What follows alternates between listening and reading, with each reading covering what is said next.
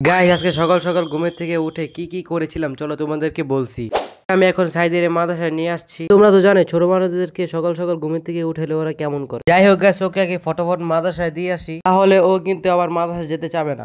তারপর বাসায় এসে দেখি আম্মুগুলো কি করতেছে, তারপর আমিও বসে গেলাম আম্মুর সাথে সহযোগিতা করার জন্য।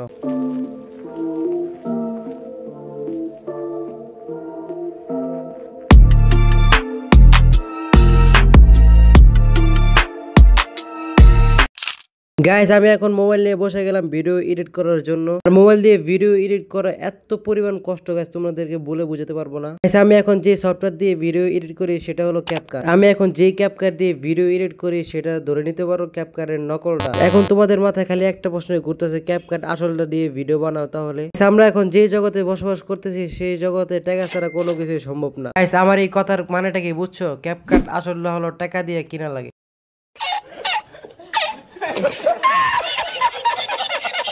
কি আর করবো গাইস, ওই বুইরা বেড়াটা আমার কথা শুনে আবার আসতেছে। অনেকক্ষণ ধরে এডিট করলাম, চলো গেছে আবার ছাদে যাওয়া যাক।